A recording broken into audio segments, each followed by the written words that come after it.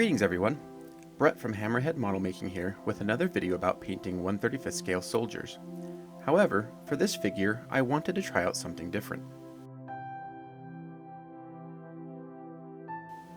To give you some context about why I wanted to change things up with this figure, let me give you some background on my figure painting. So my figure painting experience largely comes from doing commission wargaming armies, Warhammer, 40k, D&D, things like that. So it was all about getting the most mileage for my effort. As a result, washes and dry brushing became my go-to techniques for doing large armies. When doing the M24 diorama, I used these same techniques on the figures in that project. But looking back, I feel like I could have done a better job. I also had an event coming up in which I would be giving something away as part of a raffle, so I set out to try and break my old figure painting habits. I gave myself two goals with this figure. 1, minimize my reliance on washes for shading, and 2, remove my reliance on dry brushing for highlighting. So to accomplish these goals, I really wanted to improve my skill with my airbrush and test my technique for highlighting with a brush. This also meant breaking up the figure into smaller components for painting, which is also something that I'm not used to.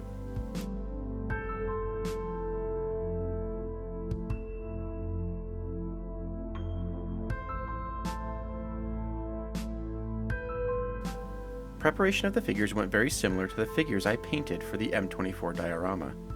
I took special care to ensure any gaps were filled on the lower half of the coat, since it comes in 4 pieces.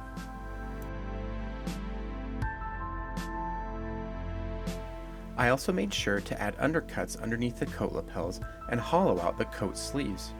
Additionally, the hands weren't very well defined, so I took a small razor saw and tried to better define each finger. This would help the figure look much more realistic. I also used heavy foil to represent the rifle sling and the helmet straps.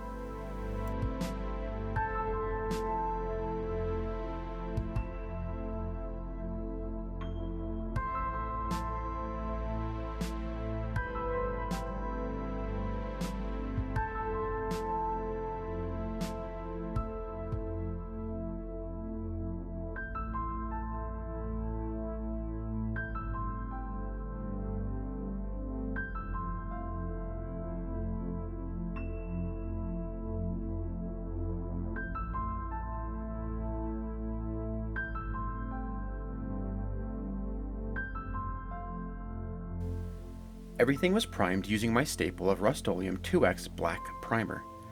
I also used a color palette very similar to the figures that I had painted for the M24 diorama.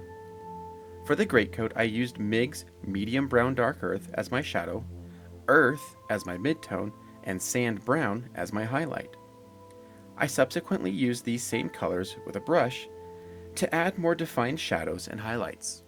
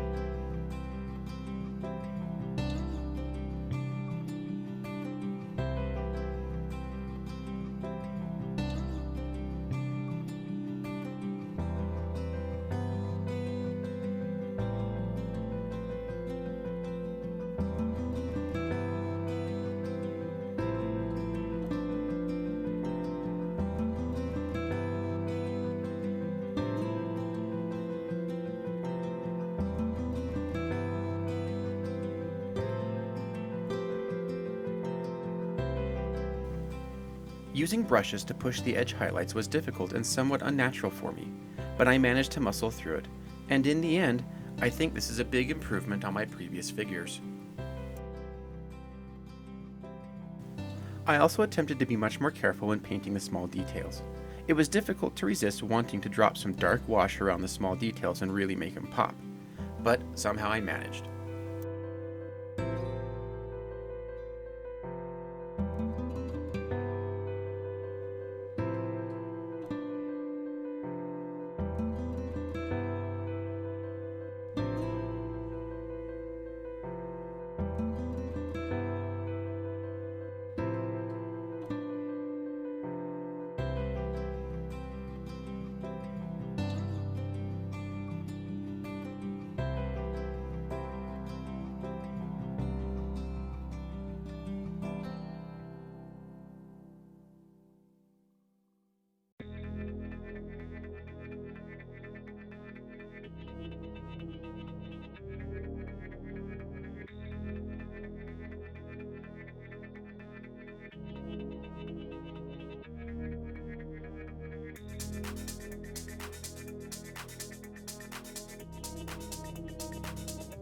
I did end up using some wash on his boots, but this was more of a tint to really help that dark brown become almost black.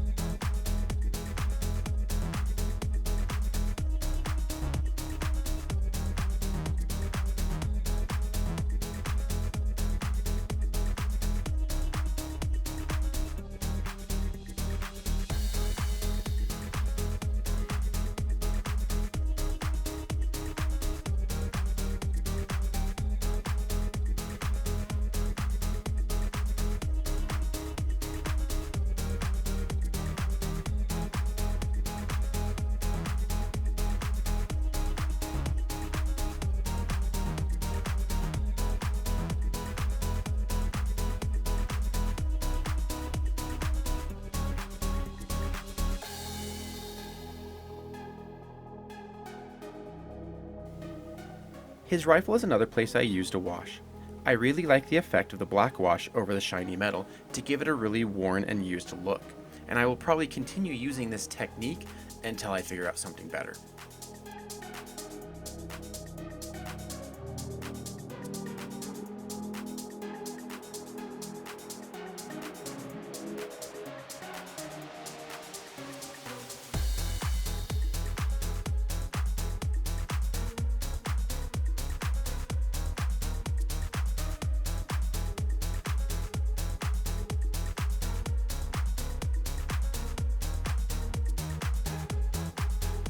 I added paint chips to the helmet with a sponge and a brush. I also wanted to paint the markings of Easy Company from the 101st Airborne, and so a small brush and well-thinned paint was the order of the day.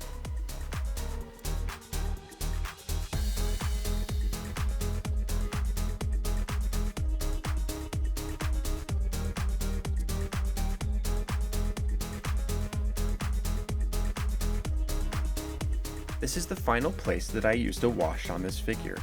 I used it to tint the leather rifle sling to give it a much more warmer tone.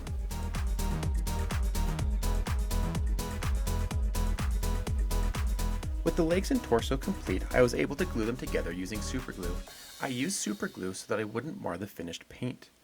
I also wanted to start weathering the coat. I was going for a dirty, damp, muddy look. I started with an enamel wash and blended it into the bottom of the coat to suggest that his coat was damp and wet from kneeling and walking around in the snow. Then, using various earth colors of acrylics, I flicked them all over the bottom of his coat and pants to suggest spattered mud and dried dirt.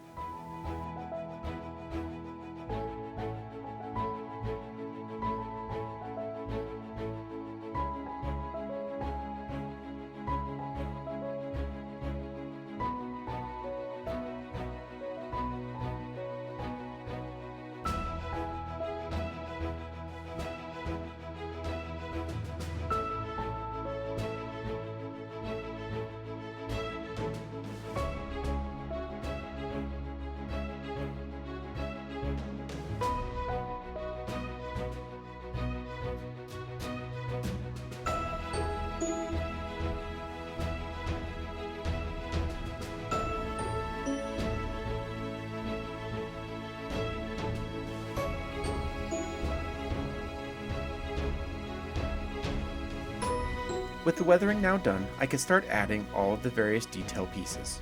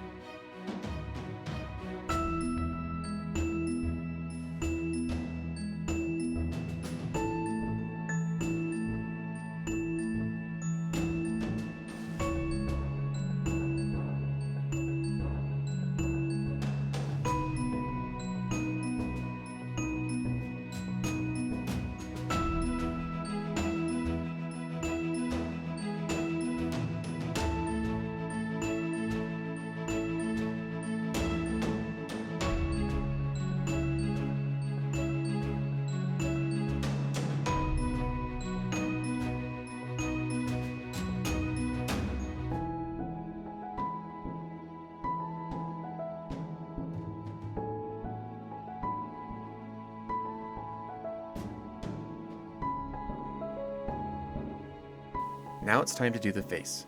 Skin is another area that I struggle with. I base coated the face with MIG's Sand Brown and added shadows with Violet.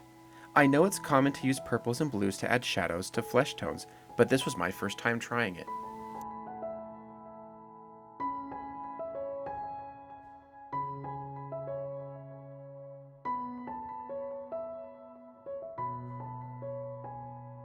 I then went back and layered on thin coats of the base color to blend in the violet. It took many applications, but I was happy with it. I then started adding thin highlights with Vallejo flesh tones, again layering them on.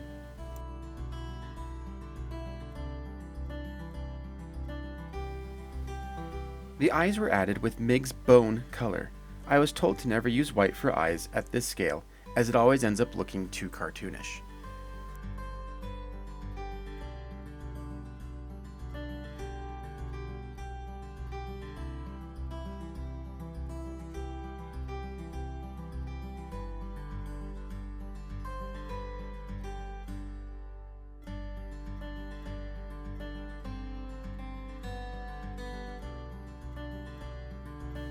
Here is my one and only use of dry brushing on this figure, to give this soldier a 5 o'clock shadow.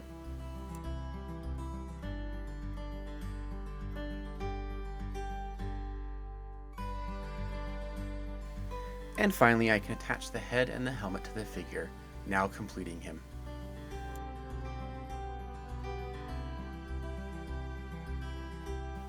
Moving on to the diorama base, I wanted to portray him as though he were on a patrol through the Ardennes forest during the Battle of the Bulge. I picked up a small wooden base at Michael's, and using a portion of a stick from my front yard, I came up with a plan.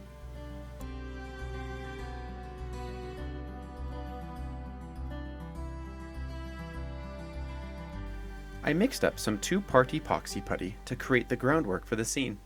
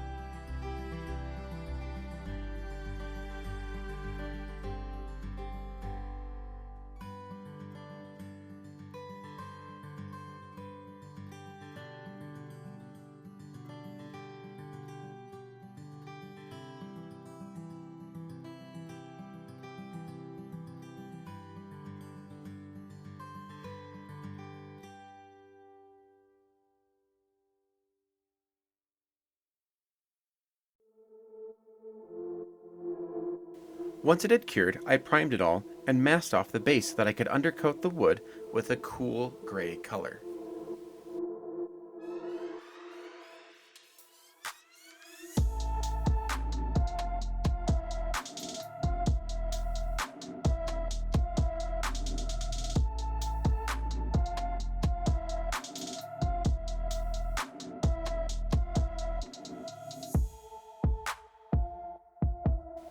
Just a quick dry brush of brown to add a little color to the tree.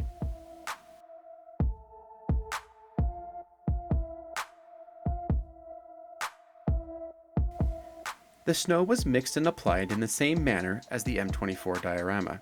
And again, there is no exact ratio of snow product, water, and PVA glue, it's just what looks good and feels right.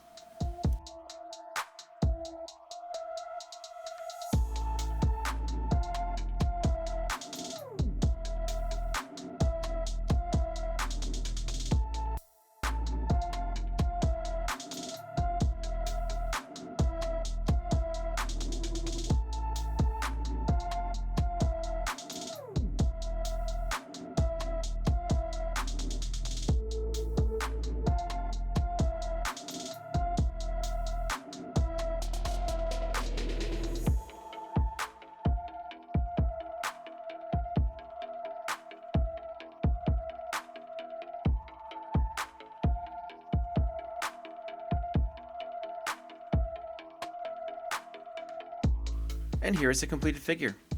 I really appreciate you watching, and I appreciate everyone who has subscribed to my channel so far. I'll see you in the next video.